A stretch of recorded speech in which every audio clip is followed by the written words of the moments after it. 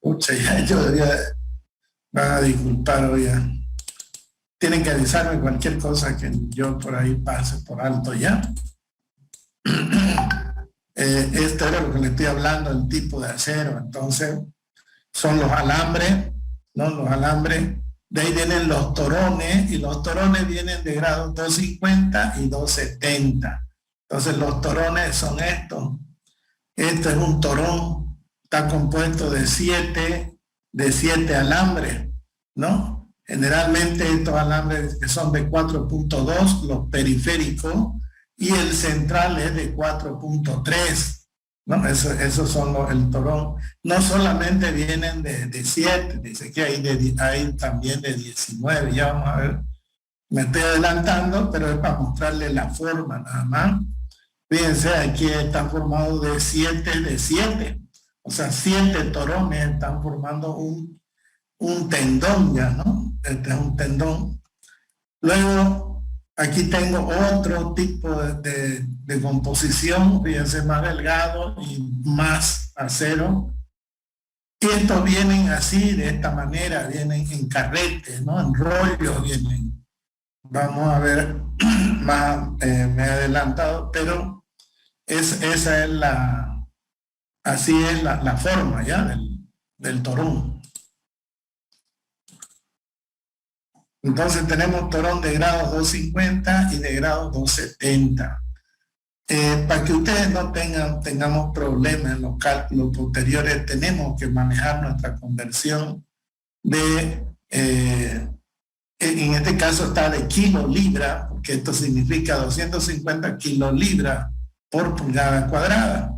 O si no, también podemos decir 250.000 libras por pulgada cuadrada, ¿no? Y aquí 270.000 libras por pulgada cuadrada. Entonces, directamente utilizamos nuestro factor de conversión. Anótenselo, es 0.07037, ¿no? Lo más exacto. Bien, entonces estas serían sus resistencias. Vamos a seguir hablando de ello más. Entonces el grado significa la resistencia nominal de rotura, ¿no? En kips, kilolibras por pulgada cuadrada. También se escribe KIS, KIS. En Estados Unidos, por ejemplo, se usan 7 alambres, ¿no? 7 alambres, perdón, alambres de 7 milímetros, ¿no? Grado 235. 235 multipliquen por el factor que les di, ¿cuánto les dan?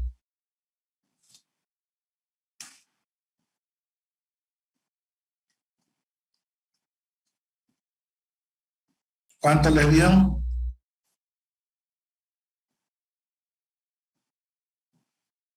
Hola. Hola.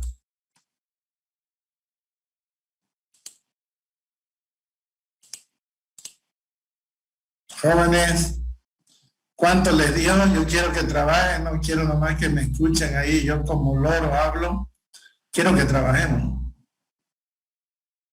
Ya, por favor, el factor de conversión, anótenselo, tienen que tener un lápiz, y van escuchando, porque estas clases son prácticas, teoría con práctica. No podemos escucharle de memoria todo lo que es matemática, número y todo. No se puede escuchar, nomás escuchar, hay que tomar nota, hay que hacer, hay que participar.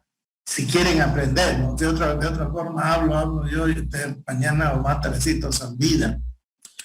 Entonces les digo otra vez, el factor de conversión para convertir de kilolibra a, en este caso vamos a toneladas por centímetro cuadrado, es 0.07037.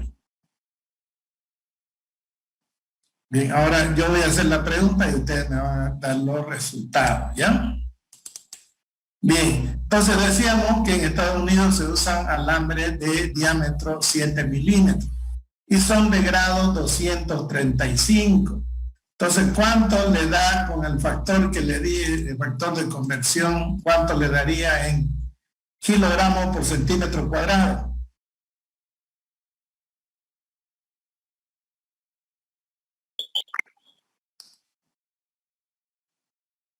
¿Cuánto da? 16,54. 16. 16,64. ¿Qué cosa? Digo que es el factor de conversión de toneladas por centímetros cuadrados. Sí, exactamente. Entonces nos da 16,54 toneladas por centímetro cuadrado, ¿no? Y si queremos en kilos, lo multiplicamos por 1000. Y me daría 16.536. Bien, aquí fíjense, nos da un poquito menos. ¿Saben por qué? Vamos a multiplicar por 0.07 nada más. Sería 235 por 0.07. ¿Cuánto les da? Por 1000, después lo multiplicamos. O sea, está utilizando un factor de 0.07, no solamente está tomando eso. Y con eso le da 16.450, ¿sí?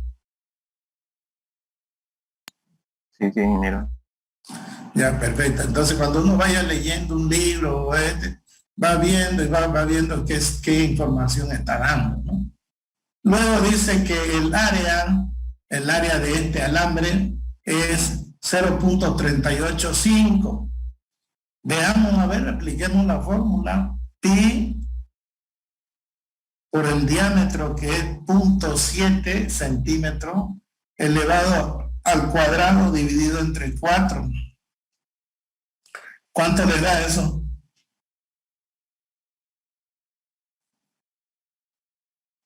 $0,38,48. Sí, exactamente, 0.3848, ¿no? Ya lo redondeando a 3 decimales, 0.385 centímetros cuadrados. Dice que ese tiene una capacidad de 70 toneladas. 70 toneladas su capacidad por 12, dice, ¿no? Por 12, o sea, 12 alambres, tiene una capacidad de 70 toneladas. A ver, veamos, multipliquemos, teníamos 16.45 toneladas por centímetro cuadrado, ¿no es cierto? Si lo multiplico por el área, tenía 0.385, me da 6.333 toneladas. Esa sería la capacidad de uno, ¿no? Si lo multiplico por 12, me da 75.9, casi 76 toneladas. Está así multiplicando como está. Pero dice que la capacidad es aproximadamente 70 toneladas para 12 alambres. 70 toneladas. Hagan su cálculo, así como lo hice, ¿cuánto le dan?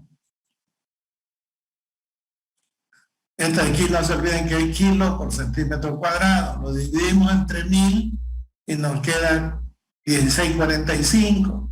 Lo multiplican por el área y van a tener la fuerza. Y luego eso es para un alambre. Y para 12, multiplican para 12 por 12. Sale eso lo que usted dijo, ingeniero. ¿Cuánto? 75,9. 75,9, ¿no? Redondeando casi sería 76. Pero nos dicen que su capacidad es de 70 para 12. Bien, entonces, eso debe ser multiplicado por un factor, 0,80 o algo, y los 76 bajarían a 70.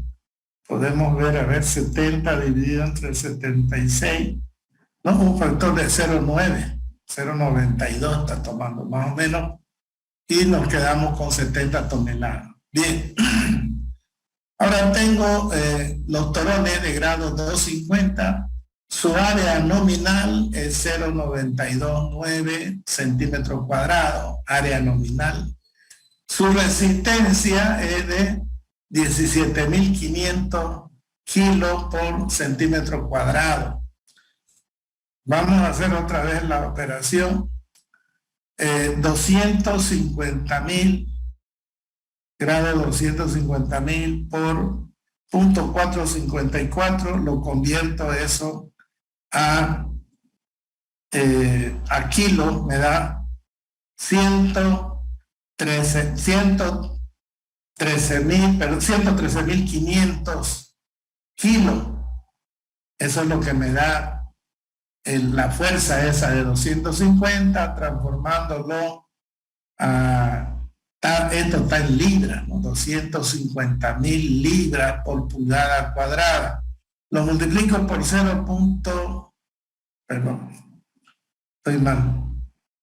El factor de conversión es 0.07037, ¿no? Entonces eso nos queda 17.592. A mí me sale correcto. Ahora hagámoslo con 70 nomás. Sale 17.500. O sea, el factor que utiliza de conversión 0.07.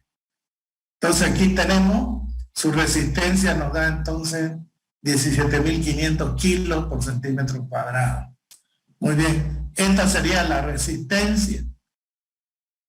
Si yo multiplico por su área, tendría que darme más o menos la capacidad en toneladas. Aquí dice 210 para 12. Entonces, este es un torón. Este sería 927, pero de 12. Vamos a ver. En primer lugar, 0.929 se divido entre 0.385 para ver más o menos cuántos alambres son.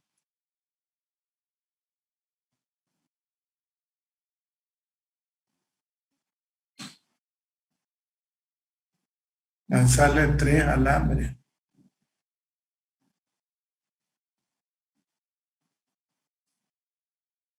A ver, 17.5 multiplicado por 0.929 me sale 16. Multiplico por 12, sale 195.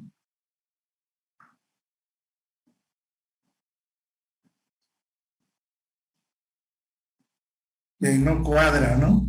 Debería cuadrar. La tensión esta, si yo la multiplico por el área, debería cuadrarme, me da a mí 195. ¿Cuánto le da a ustedes? 196 con el factor de 0.7037. Claro, haciéndolo un poco más exacto, ¿no? No da los 210, ¿no? No. Bien. Veamos el otro, 270, su área dice que es 0.987, su resistencia 18.900 kilos por centímetro cuadrado, su capacidad 230. Seguramente que tampoco este va a dar 18.9 por 0.987 por 12. Me da 223.85, no me da los 230. Ya vamos a ver qué sucede. Acá tengo una tabla, abajo tengo la tabla de la ASTOD, ya esta es de la 2004, ASTOD 2004. Aquí tenemos los cables, ¿no? Y de 1725, la resistencia 1725 de grado 250. Aquí en esto teníamos 217.500. Veamos entonces este 250 por 0.07037.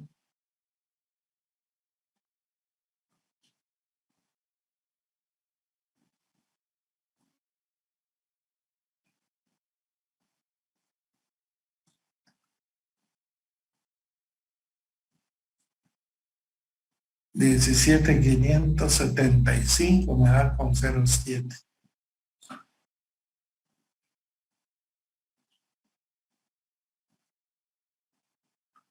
O sea, fíjense que este sí que no, o sea, esta conversión no tiene,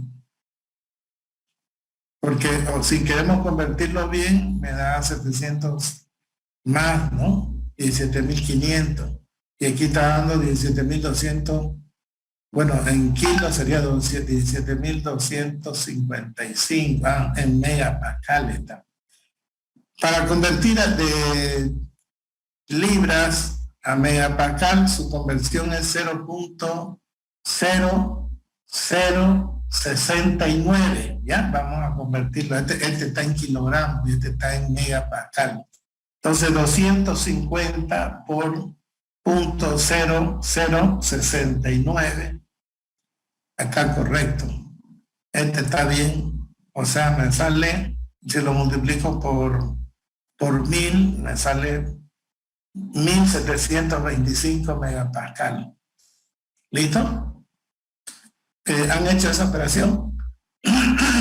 Para convertir de libra a megapascal, el factor de conversión es 0.0069.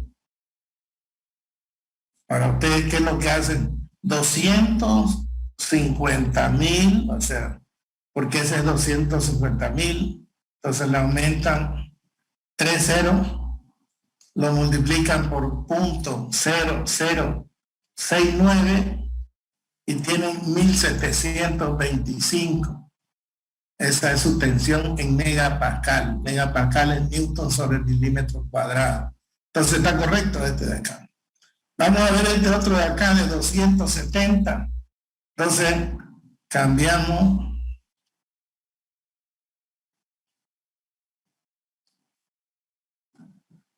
Da 1863 ya. Aquí ya no cuadra ya, ¿no? Con el factor de conversión, 270 por 0.0069 da 1863. Entonces aquí 1860, ¿no? Ok, pero más o menos está por ahí, ¿no? Sí, es lo que le decía yo, la norma Ashton en el sistema internacional, porque lo redacta la misma Ashton, igual hace ahí, siempre en la conversión redondean mucho, ¿no? Y por eso les decía, por ejemplo, en Puente, la norma peruana adopta la Ashton o la Ashton directamente. Y todos esos datos que vienen en libra, en kilolibra, ellos lo tienen y lo transforman directamente con un factor de seguridad, por lo menos con 4 o 5 decimales, y dan los valores, y con esos valores ellos trabajan.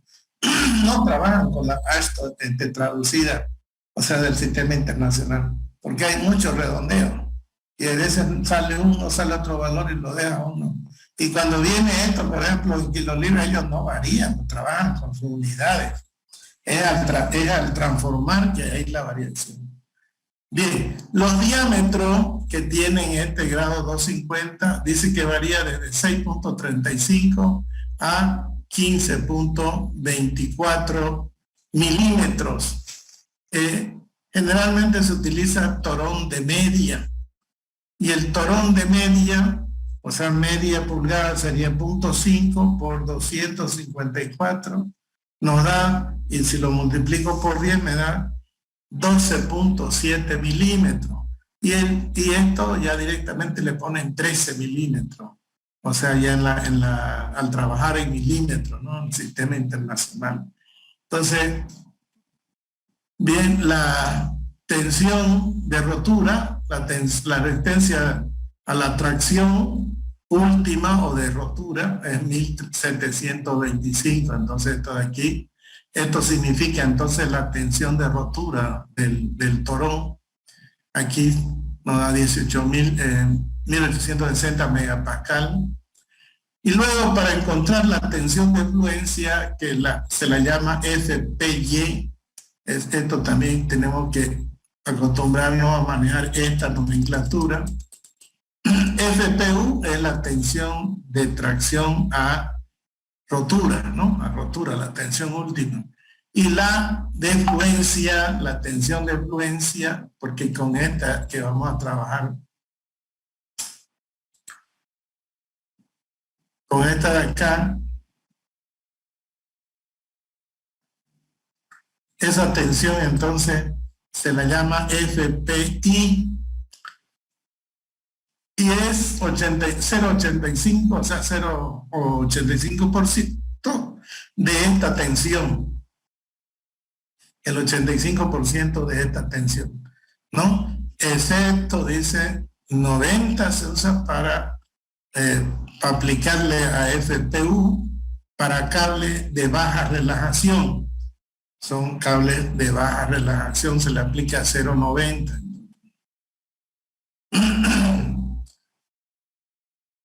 Bien, tenemos las barras, no se utilizan las barras, digamos,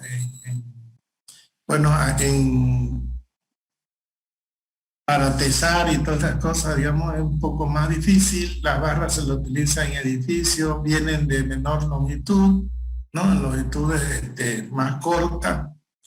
Esta barra, algunas son lisas y otras son corrugadas, ¿no? En frío se le van dando una forma.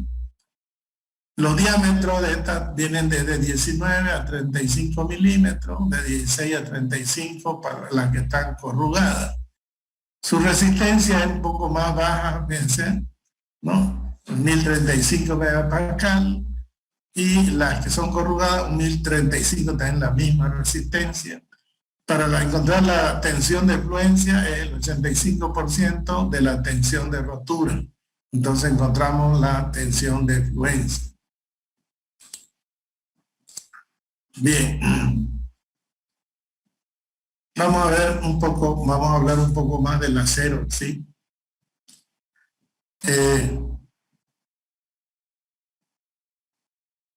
Lo más importante para el estudio del acero es cómo se lo obtiene, ¿no? Cómo se lo obtiene, cómo es la obtención. Viene el proceso de tratamiento térmico, mecánico y químico, ¿no? Su proceso de obtención del acero.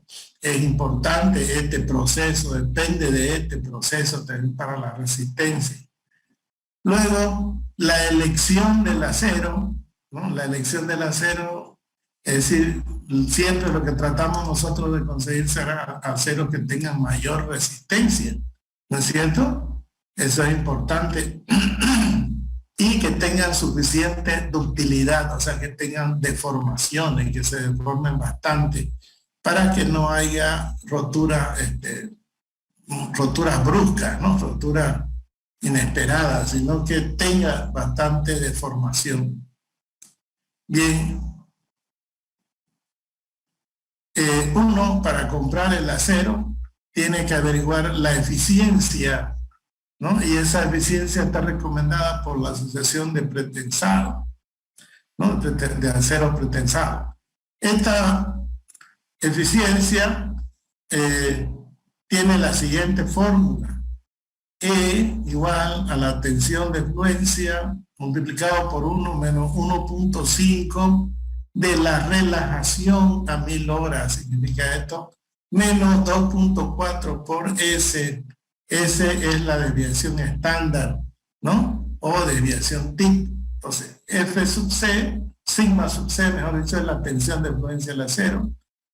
Rel punto 1000 es la pérdida de tensión por relajamiento del acero a 1000 horas, a 20 grados centígrados, y carga inicial de 0,75 de la tensión de rotura. S es la desviación estándar o desviación tipo. Entonces, calculamos la eficiencia y, por supuesto, la que dé mayor será el acero más recomendado. Eso. Los valores de la tensión de fluencia, la relajación a 1000 horas y la desviación estándar, estos son dados por los fabricantes. Pues los fabricantes nos van a decir, este acero tiene tanto de fluencia, tanto de pérdida por relajación y tal, todo eso de desviación estándar. Entonces, en los catálogos que veamos salen tablas y ahí nos dan todos estos datos. Entonces, cuando uno va a hacer un proyecto, agarra un tipo de acero y con su recomendación, con todo su catálogo, uno aplica y hace todos sus cálculos. La relajación es la pérdida de tensión en el acero estirado, siendo la longitud del acero constante Y eso es lo que pasa, ¿no? La relajación, uno estira un acero, lo estira y lo tiene estirado ahí 40 y cuántos días sacamos, 42 días sacamos, que eran 1000 horas, ¿no? Entonces lo tenemos 42 días estirado y hay una relajación, pierde fuerza sin que le incrementemos nada. O sea, él solo, a ese fenómeno se llama relajación del acero. Bien, otra cosa importante al tener que elegir el tipo de acero es la técnica de fabricación del acero, o sea, cómo lo fabrican. Esto se refiere al tipo de horno, o sea, que es donde lo meten a alta temperatura, los lingotes que preparan, la palanquilla, la trefilación es la forma que le dan, y la laminación, etcétera. Todo eso tiene que ver también con la resistencia. Los productos más usuales en el orden de mayor a menor resistencia son alambre, tienen mayor resistencia, torones tienen menos, y las barras de acero para pretensado tienen menos. Entonces, los alambres son redondos y son lisos. La sección transversal es un círculo cuyo diámetro D está comprendido entre D más menos 0.2 milímetros. Es decir, que el diámetro que nos dan, hay una pequeña variación entre más menos 0.2 milímetros. Entonces, esos son los diámetros de los alambres. Los diámetros usuales son de 5, 7, 8 y 12 milímetros. Entonces, esos son los diámetros de los alambres. Eso es importante saber porque también vamos a encontrar el diámetro en la sección, mejor dicho, de los torones, si están formados con 6, con 5. Es importante para sacar la sección real, no la nominal. Vamos a ver que maneja mucho el término nominal porque mide el diámetro ya del conjunto. Bien, estos alambres se venden en corona o en carrete, ¿no? De 2 metros de diámetro aproximadamente. Mínimo el diámetro del carrete o de la corona que le llaman es de 200 veces el diámetro del alambre. Eso es lo que le estaba mostrando acá, ¿no? A este se le llama corona y cuando viene con una madera acá en ambos lados se llama carrete. Bien. Torones o cordones, primero habíamos dicho que vienen de 3, ¿no? Alambre, torones y barras. Torones o cordones también se le llaman, pero el conjunto de torones o cordones se le llama tendón. Tendón, ¿listo? Un tendón. Entonces, un tendón puede pasar 3 o 4 torones. Pueden pasar, entonces, a ese conjunto se le llama tendón y es el que entra en la vaina de la vigas pretensadas o de cualquier elemento pretensado. El cordón más usual, dice, el formado por 7 alambres dispuestos en hélice. Hélice, ¿qué es esto? ¿No? Dispuestos en hélice, así torsionado. Entonces, dispuestos en hélice, 1 central y 6 periféricos, es lo que hemos visto acá, ¿no? Si logrando esta figura. Hay 1 central y hay 6 periféricos. Entonces, ¿no? Y se lo pone tipo helicoidal, se va formando el cable.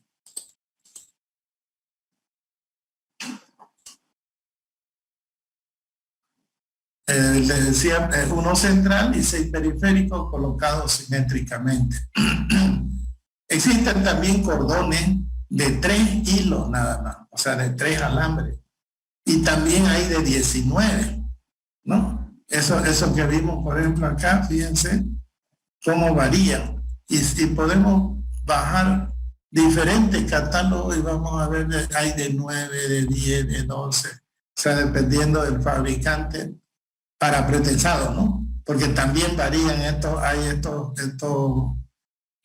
cordones que son para tironear carros, que llevan en el medio corazón de yute, le llaman, o alma de yute, ¿no? Eso es fibra, y arriba va acero. Ese no es para pretensado, ya ese es para uso para tironear, son cables comunes para carga.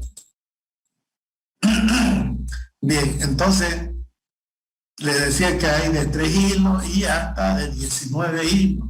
Hay capas de 9 o 12, de 12 hilos. También hay capas intermedias de 9 a 6 alrededor de una central. Siempre va a haber un hilo central y alrededor la capa. Bien. Los torones más corrientes, potenciados, más comunes, es el torón de media pulgada, ¿no? Que ya traducido al sistema internacional directamente le ponen 13 milímetros. Formado por 6 hilos de diámetro 4.2 milímetros, ¿no? Y uno central de 4.3. Entonces, en este torón de media varía a este torón, a este alambre que estábamos estudiando acá, el alambre que viene, donde que pusimos alambre, bueno, el alambre viene de 7 de 5, ¿no? 7, 5, y habíamos estudiado el de 7, acá donde encontramos el área, fíjense, de 7 milímetros, y este es su área. Entonces, pero acá nos está diciendo que hay alambres que varían, ¿no? Varían su diámetro de 5, 7, 8 y 12 milímetros los alambres, pero para formar el cordón, este torón que estamos estudiando de media, los diámetros, fíjense cómo varían, más chicos son los hilos. Tengo 6 hilos de 4.2 milímetros y uno central de 4.3. Este es el famoso torón de media pulgada, su medida, el conjunto de estos 6 periféricos y el central, que es de 4.3 milímetros. Ese conjunto tiene un diámetro nominal de 1 medio de pulgada, vendría a ser 12.4 milímetros, o redondeado ya a 13 milímetros de diámetro. Bien, el torón de 19 hilos dice, los hilos difieren de tamaño, no son los mismos, hay variación. Por ejemplo, esto de acá, vamos a agrandar esta figura, varían los diámetros, ¿no? Varían los diámetros. En cambio, este de aquí no varía.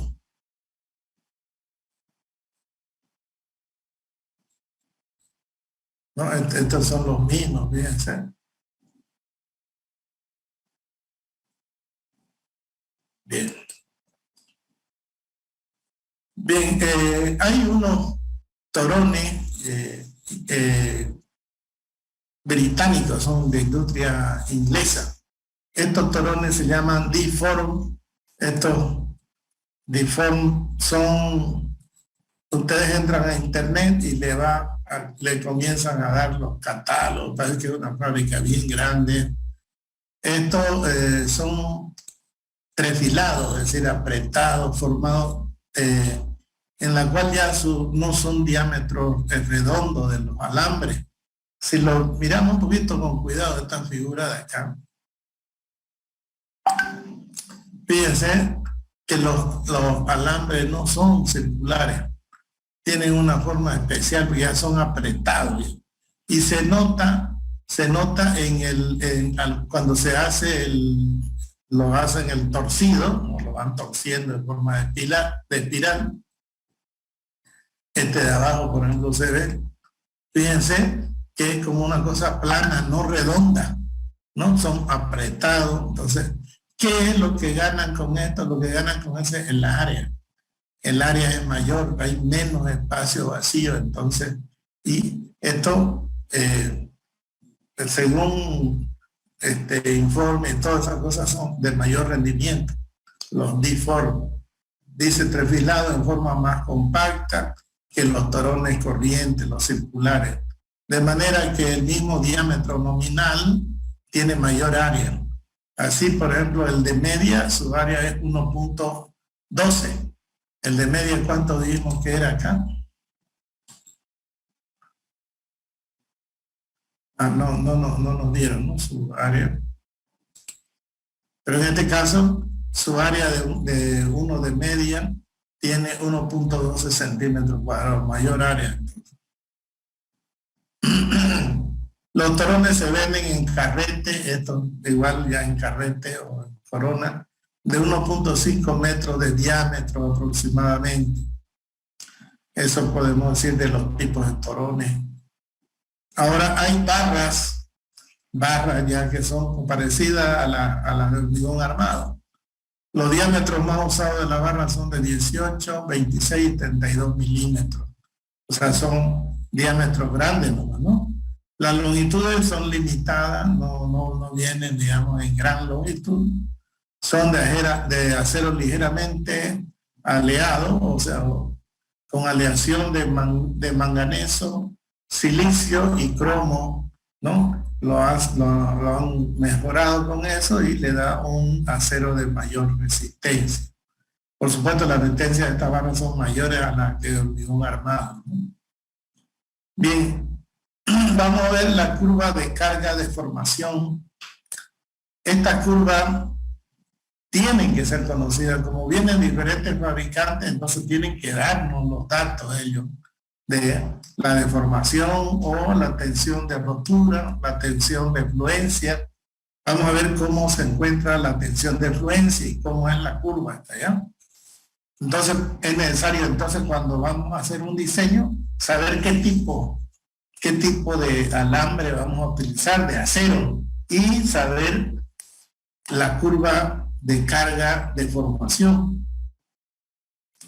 Esta curva nos informa las principales características mecánicas, ¿no? La tensión, la fluencia, el módulo elástico, y nos permite la determinación del alargamiento también, que controlamos la aplicación de la fuerza de pretensado.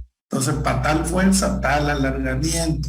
Entonces, nosotros sabemos el alargamiento y es por eso que en el gato se mide el alargamiento, hemos visto, ¿no? Como después el gato sale la parte de atrás en todo lo que ha alargado y eso se lo mide, ¿listo? Y se lo mide y se lo compara también con la presión que hemos calculado. Podemos calcular la fuerza que le hemos aplicado. Si son 12 torones, esa fuerza total dividido entre 12 tenemos la carga por torón. Y como la carga la hemos calculado, entonces podemos chequear también. Igual en la curva carga de formación. Entonces, por eso, con esos datos los datos ¿cómo se llama? Los datos de deformación, intención, todo eso, nos sirven para calcular los momentos flectores de rotura. Vamos a ver que ya cuando entremos al cálculo vamos a ver que es importante la fuerza de tesado. Eso me va a dar el momento de tesado. De acuerdo que vayamos avanzando en la viga, vamos a tener una excentricidad. Entonces, esa excentricidad que hay entre el baricentro de la sección y el baricentro del acero, como ese acero está tensado, está estirado, no trata de enrectarse el acero. Pero lo que le impide es la forma del hormigón, o sea, la forma de la viga.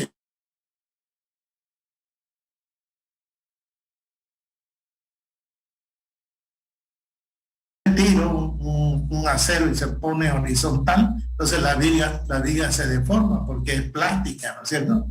En cambio, la viga del hormigón es elástica, pero su elasticidad no llega tanto para que se haga plástica y se deforme. Entonces le opone resistencia. Y esa fuerza de pesado entonces se ve un poco disminuida por todos esos factores, pero sirve esa fuerza de pesado y su ubicación geométrica del centro de los cables y el centro el baricentro de la sección nos da la excentricidad. Y como varía la excentricidad, porque el cable que ponemos en el caso del post pesado va siguiendo una curva parabólica, por lo tanto entonces cada que midamos la viga, cada sección varía su excentricidad. Entonces, al variar la excentricidad y nosotros esa fuerza, como ya vimos más adelante, esa fuerza del pesado la ponemos en el centro de gravedad de la sección o la estamos colocando y haciendo una fuerza centrada. Por eso es que la tensión de la fuerza ponemos igual a P sobre área. Eso es, la fuerza P sobre área me da una tensión media, digamos, de compresión en toda la sección, ¿no? Eso hacemos. Pero al centrarla en la carga, nosotros hemos desplazado una carga. Y eso ustedes han visto en resistencia y en isostática, y que cuando yo desplazo una carga, tengo que ponerle otra carga igual y de sentido contrario. Por lo tanto, al desplazar una carga, estoy poniendo una carga y aparece un momento. Y entonces tengo la tensión de una carga centrada más la carga de un momento. Ese es el que provoca la excentricidad, ese momento, ¿ya? Por eso sirve para calcular todo eso, las cargas, el pesado, ¿no? Y las propiedades que tiene cada acero. Nos sirve para saber a cuándo vamos a llegar, y con eso ya tenemos el momento de rotura también por parte del acero, ¿no? El acero, si se pasa de eso, rompería el acero. También habría que ver la resistencia del hormigón, ¿no? Por eso es que dice aquí, nos sirve para hallar los momentos vectores de rotura. Bien, veamos una curva típica, esta curva típica de tensión de formación del acero. Esa gente la he sacado de la Ashton, ¿no? Y aquí tenemos la resistencia unitaria a la tracción en megapascal, ¿no? Aquí tenemos 0, 600, 1380 y 2070 megapascal. Acá tenemos la curva del cable. Fíjense, el cable tiene mayor resistencia, el cable tiene esta curva. Luego acá tenemos la curva de tensión de las barras, ¿no? Las barras, no hay de aquí de los torones, solamente hay de un cable y de las barras.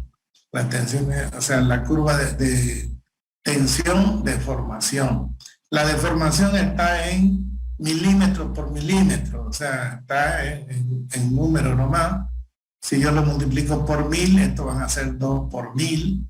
Bien. ¿Y qué es lo importante de estas curvas? O sea, dice que hay que conocerla, ¿no? Nos dice que tenemos que saberla, conocerla.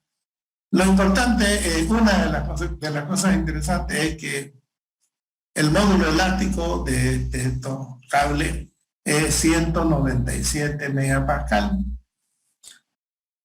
Fíjense que el módulo elástico para el acero común de hormigón armado es 200, ¿no? 200 megapascal, 200.000 megapascal. Entonces,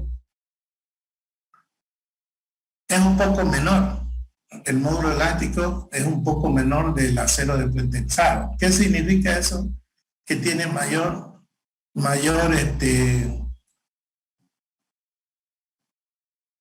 deformación, ¿no? Es menor, entonces tiene mayor deformación. Esto se ve así, claro, porque la escala es una escala logarítmica, fíjense, pero está dibujado casi en cuadrículas iguales, por eso lo ve así. Pero si lo dibujamos uno a uno, digamos, esto después, se tiende, tiene harta deformación, se tiende esta curva.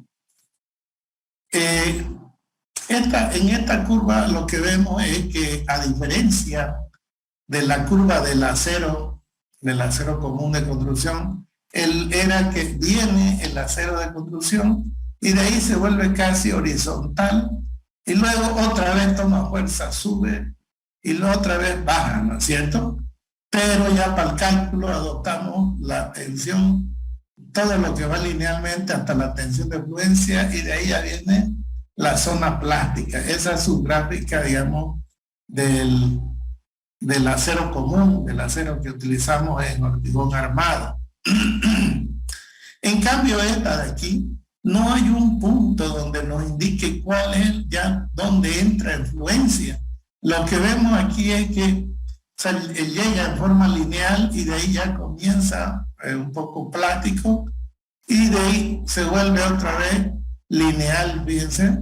Entonces no hay un punto donde nos diga aquí es el límite de fluencia, no hay. Para encontrar ese límite de fluencia se utilizan métodos arbitrarios o métodos impuestos por alguna norma, ¿no? En el caso de la ASHTO, tiene dos metodologías. Una metodología es encontrar al 1%, o sea, traza el 1%, por ejemplo, esta de aquí, traza el 1% y esta resistencia la considera como resistencia a la fluencia del acero, es esa. La otra es que a los al 0.2% paralela, o sea, trazando gráficamente paralela a la línea a la línea de tensión, paralela hasta donde intersecte. Miren, fíjense, casi aquí lo pone así, va y si intersecta casi va a intersectar en ese mismo punto, ¿no? Pero no va a ser exactamente en ese punto. Entonces, pero son dos formas de hacerlo. Uno se llama el corrimiento paralelo, es decir, que lo desplazamos paralelamente, aquí dice, ¿no? Los métodos más habituales son el corrimiento paralelo al 0,2%. O sea, yo mido aquí 0,2% y de ahí trazo paralela a esta recta y donde corte ahí encuentro la línea de influencia, ya sea para barra, para cables o para torones, voy a tener esa. La otra forma es que en el 1%, o sea, si yo tengo aquí 0.010, al multiplicar esto por 100, voy a tener 1. Entonces dice, al 1% se traza la recta vertical y donde corte, ahí voy a encontrar la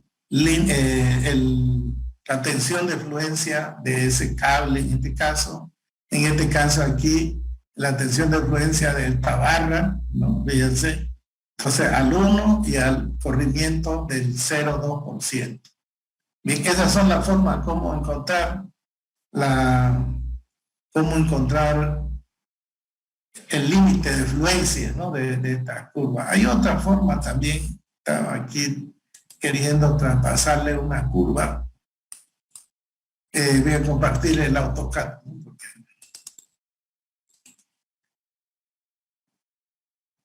Aquí tengo una curva de ACI, ¿no? para acero de pretensado.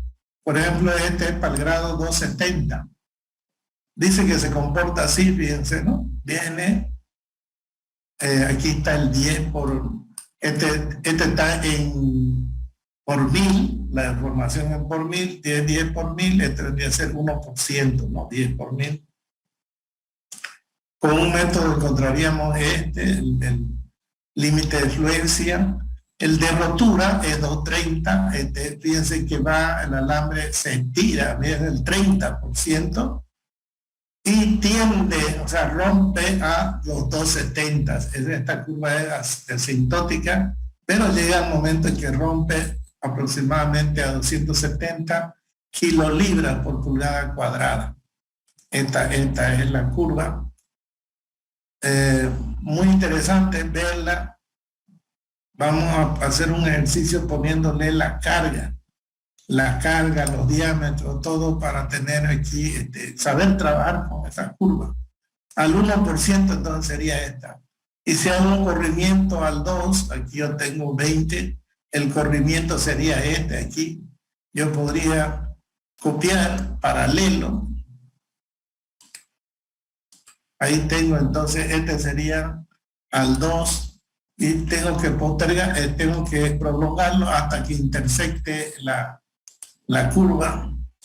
Y ahí tengo, fíjense que aproximadamente también me da el mismo si hago el corrimiento al 2. Este es 5 por 1000, 5 por 1000 vendría a ser 0,5, ¿no? Aquí tengo 0,2, 0,4, perdón, 0,1, 0,2, 0,3, 0,4 y 0,5. Este sería aquí entonces. Sería aquí.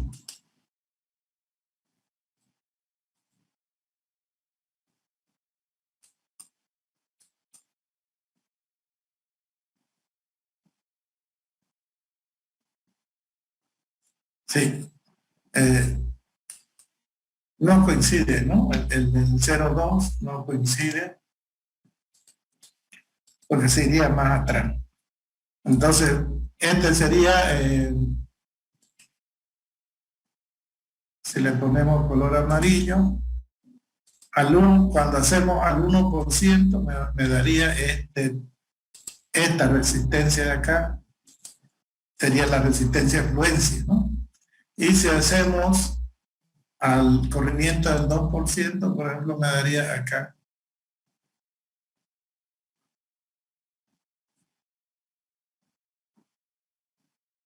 Límite de fluencia que sería de 260 y este sería un poco menos, 250.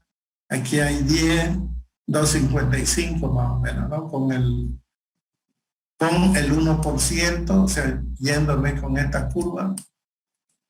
Yo estoy tratando de reproducir la curva que ha dado ACI, ¿no? La que me da ACI. Aquí está en kilolibras por pulgada cuadrada, podemos transformarlo a tonelada por centímetro cuadrado para que no sea muy grande. Esto es lo que estaba haciendo, iba a transformar las unidades. Las deformaciones siguen las mismas.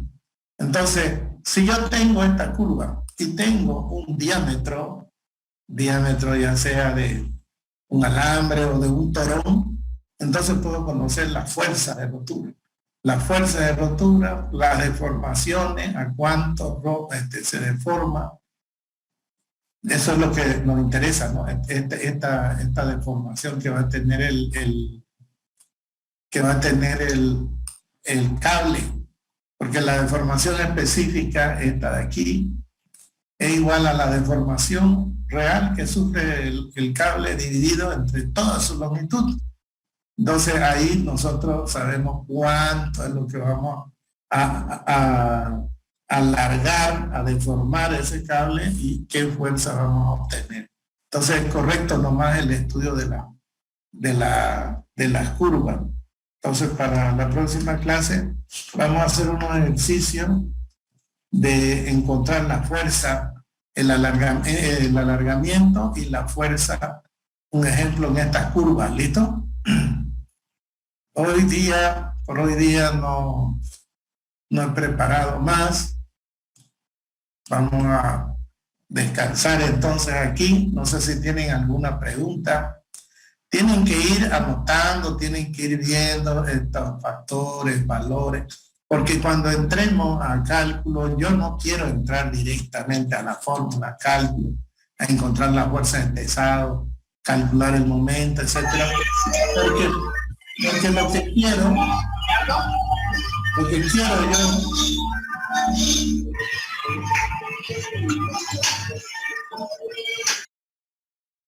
Carelia, ¿qué será lo que tiene Carelia?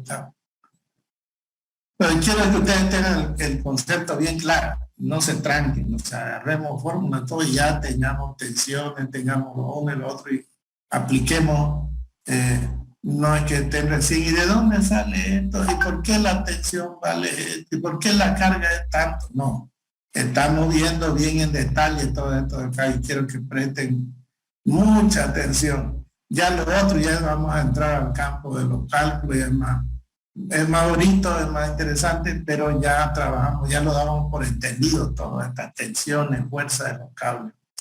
Tienen que manejar bien la resistencia de los torones, la capacidad, etc.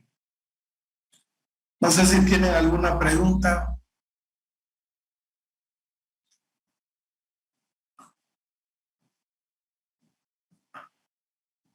¿Qué dice? ¿Callaú quiere hablar? ¿Callaú?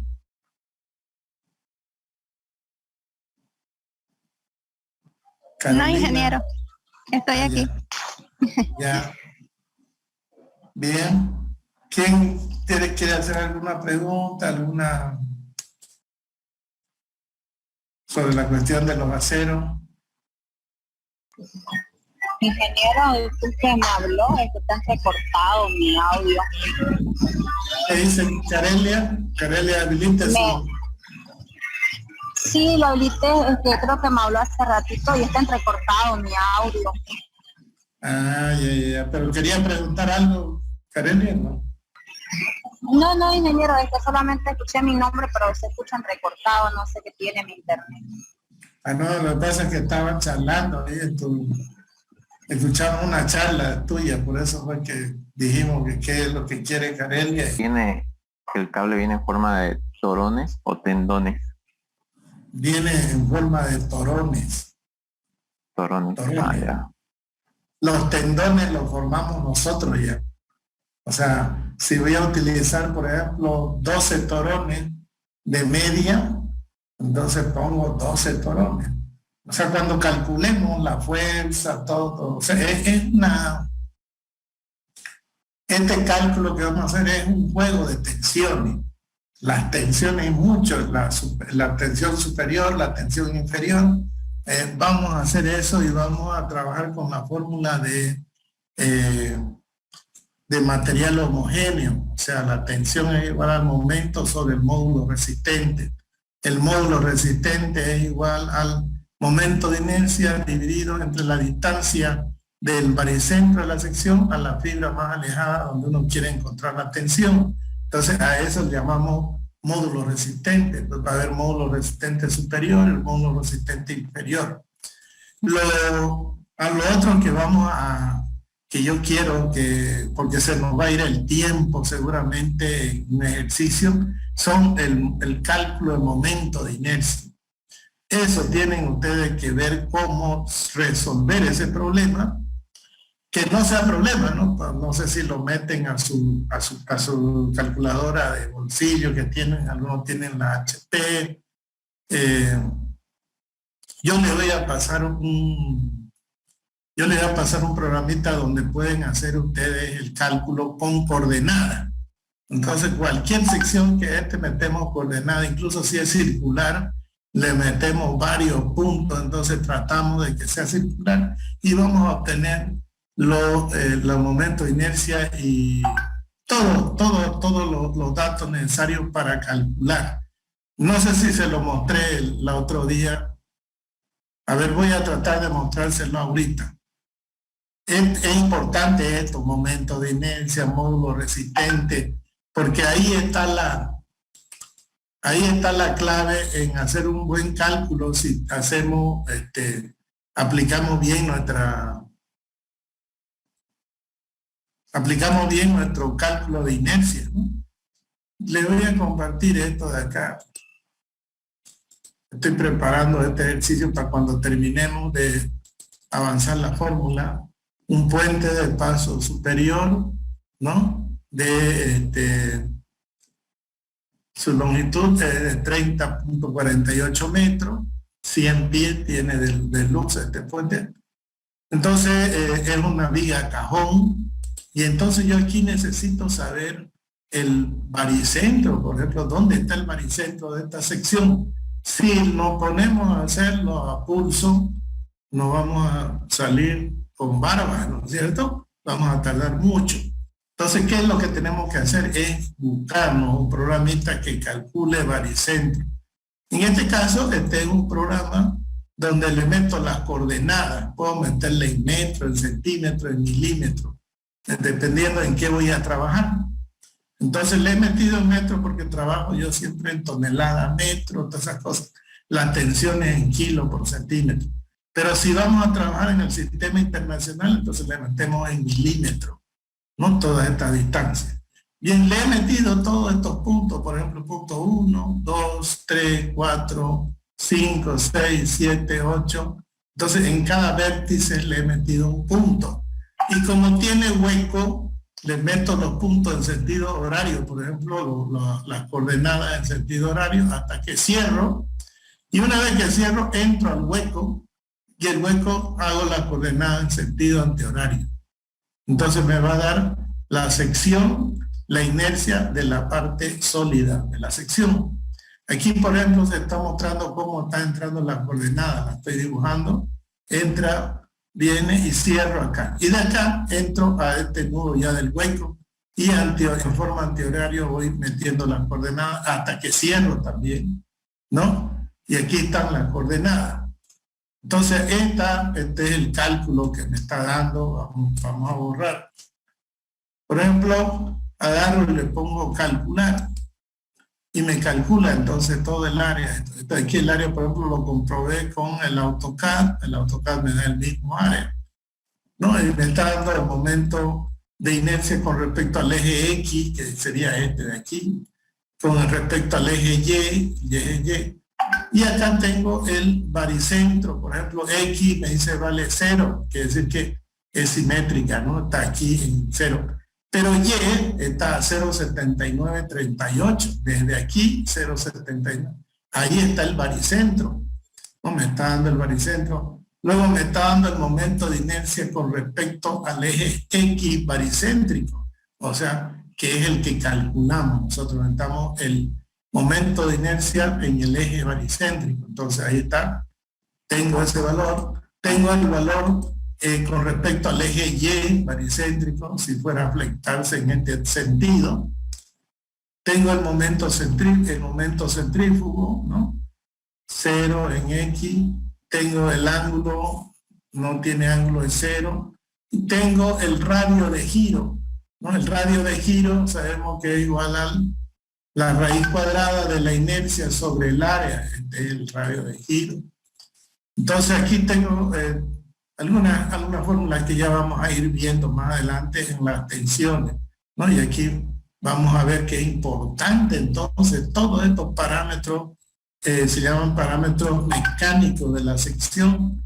Esta distancia baricéntrica A y B, estas son distancias de lo nuclear. Núcleo es donde las tensiones pasando ese punto ya se traccionan, y en este punto tenemos no sé si se acuerdan ustedes de la zapata, el núcleo central, por ejemplo, de una zapata. Si se sale la resultante de fuerza de ese núcleo, entonces ya hay tracción. Entonces es importante definir esto, ¿no? Y aquí está bueno, aquí no está la definición. Creo que ya ya les hablé de esta distancia. Bien, pero lo que me interesa es que calculen las propiedades de la sección ustedes. Aquí les voy a mostrar el macro. Aquí está el macro, fíjense, trabajamos puro en coordenadas. Entonces todas son estas las variables que encuentro.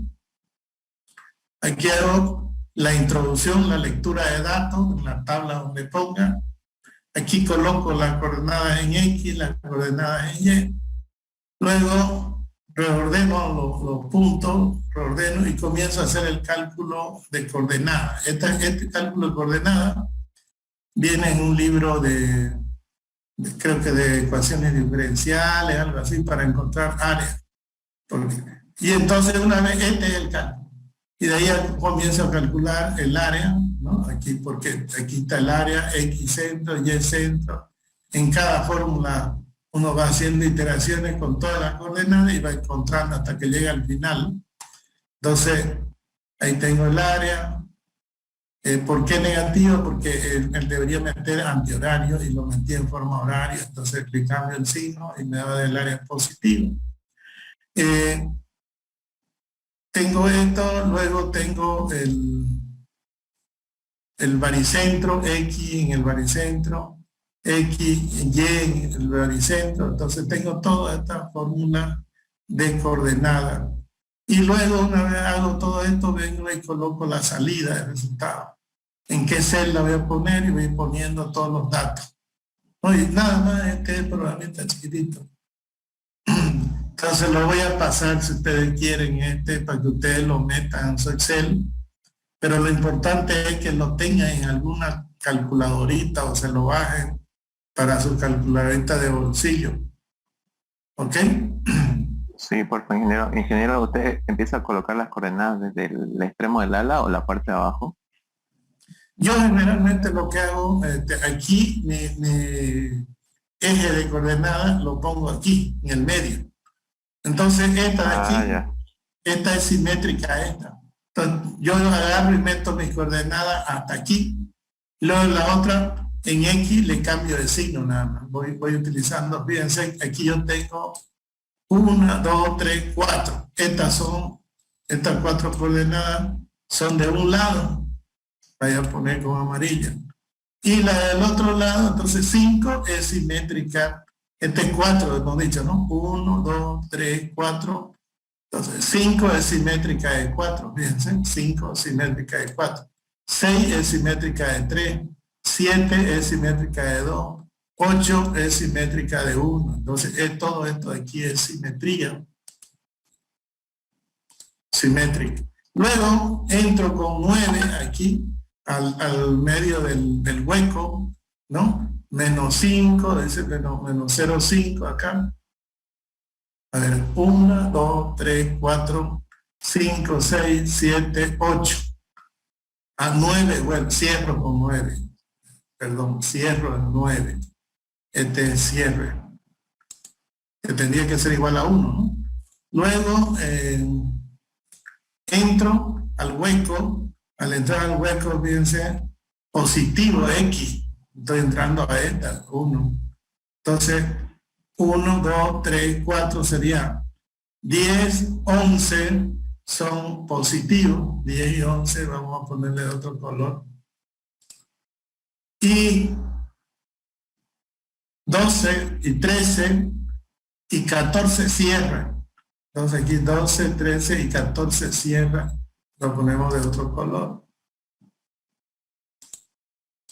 Ahí estaría, fíjense cómo meto las coordenadas y mi origen es este. Entonces en esta parte de aquí ya no calculo, fíjense que pongo igual, me voy valiendo por la simetría. Ahora, se le puede poner en cualquier parte, si ustedes quieren la pueden poner aquí, igual le va a dar el X, le va a decir cuánto vale, donde ustedes quieran pueden poner el eje de coordenadas, le va a determinar el X y el momento baricéntrico se lo va a calcular en X y en Y baricéntrico. Ya, pero yo por facilidad es que lo coloco acá, siempre en la parte simétrica. ¿Ok? Le decía que ya hemos hablado un poco de las propiedades. Vamos a dejar de compartir y vamos a compartir le he pasado lo último fíjense, aquí comenzamos a estudiar ya. Cuando estudiamos rendimiento, ya comencé a hablar de la distancia baricéntrica y la distancia nuclear. La distancia nuclear se la encuentra así, radio de giro entre B para la distancia superior, radio de giro dividido entre A para la distancia nuclear inferior. Si la carga está acá, entonces toda la sección está comprimida. Ahora la compresión puede ser que no sea constante, ¿no? Que sea menos en la parte superior y menos, pero esto me garantiza de que la tensión, de que la sección, mejor dicho, tenga compresión cuando la carga resultante de la fuerza de pesado se encuentra en este núcleo, pues se llama este núcleo, ¿eh? Núcleo central. Esas se llaman distancias nucleares. Y ya hablamos de eso, ¿no? Vimos aquí, creo que fue la anterior clase. Hablamos del rendimiento, hablamos de cuando el rendimiento era mayor a 0,5 son secciones esbeltas, cuando son menores a 0,4 son secciones pesadas, ¿no? Eso hablamos. También dijimos que para diseñar viga bastaba tener L sobre 20. L sobre 20 luz me daba para proyectar luces grandes. También eso se usa en pretensado, ¿no? Entonces ya hablamos de eso y vamos a utilizar eso en los cálculos. Vamos a seguir avanzando.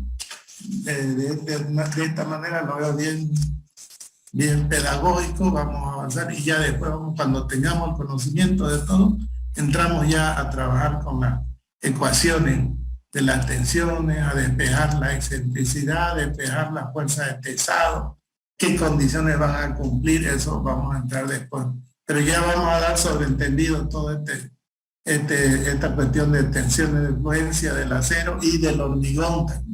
Vamos a estudiar el comportamiento de la curva del hormigón, aunque ya la conocemos, lo único que vamos a ver es cuáles son los límites que adopta para pretensado. ¿Ok? Entonces, esto de aquí, ¿saben colocar ustedes un macro, no, a su Excel? Ustedes le pueden copiar esto de aquí. Yo se lo voy a pasar esto en... Pero el problema es que ustedes tienen que saber cómo leer. Esto es importante. Abrir la página de donde voy a leer los datos. Otra cosa importante es cuál es la celda donde están los datos, porque fíjense que aquí está leyendo celda. O sea, esta es lectura del Excel. Está leyendo el dato, cuántos nudos, y aquí está leyendo las coordenadas. Sí, sigue compartiendo el PowerPoint.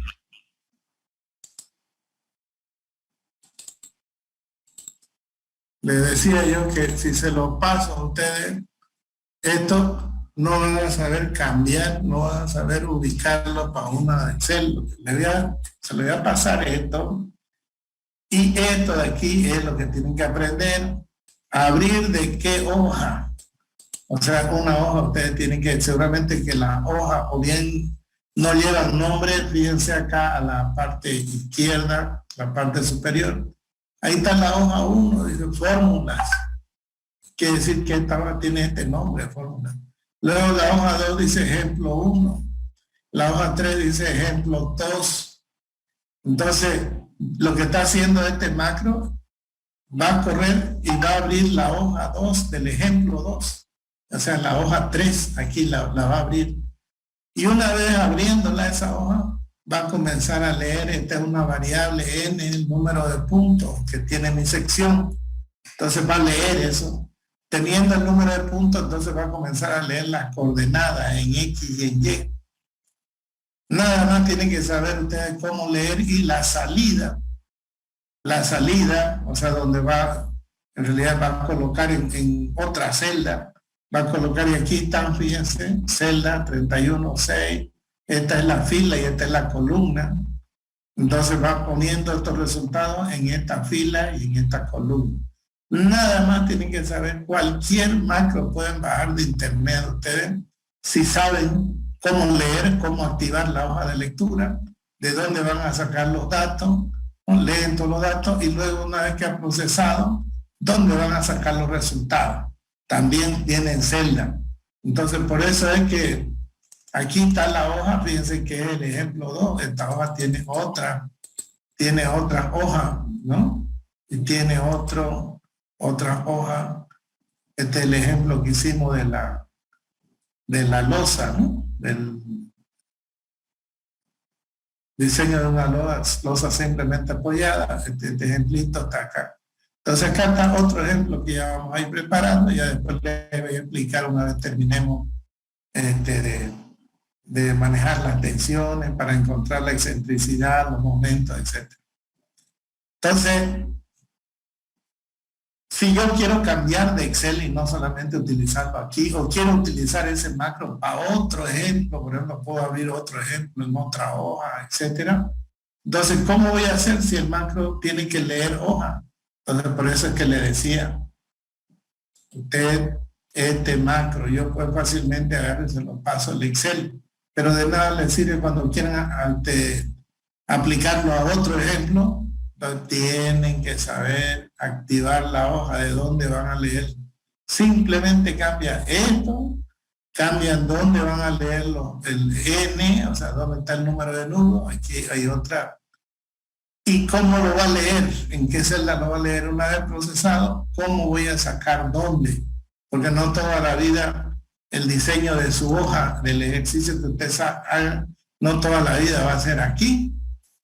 No toda la vida va a ser aquí los nudos y acá las secciones, no. Puede ser que cambien. Y este nombre de esta hoja va a cambiar, por ejemplo, sea otro ejercicio acá. Entonces, tenemos que darle algún dato para que lea y el macro cambie. O bien aquí ponemos un nombre y dentro, cuando llama a ese macro, automáticamente cambia el nombre de la hoja. Y nos puede servir para cualquier hoja, entonces, ¿no? pero siempre y cuando le demos una variable cadena que lea el nombre de la hoja. Y cuando esté dentro del macro lo cambie y cambie la hoja. Entonces, ¿de dónde voy a leer? Eso se podría hacer para que ese macro sirva para cualquier hoja, ¿no?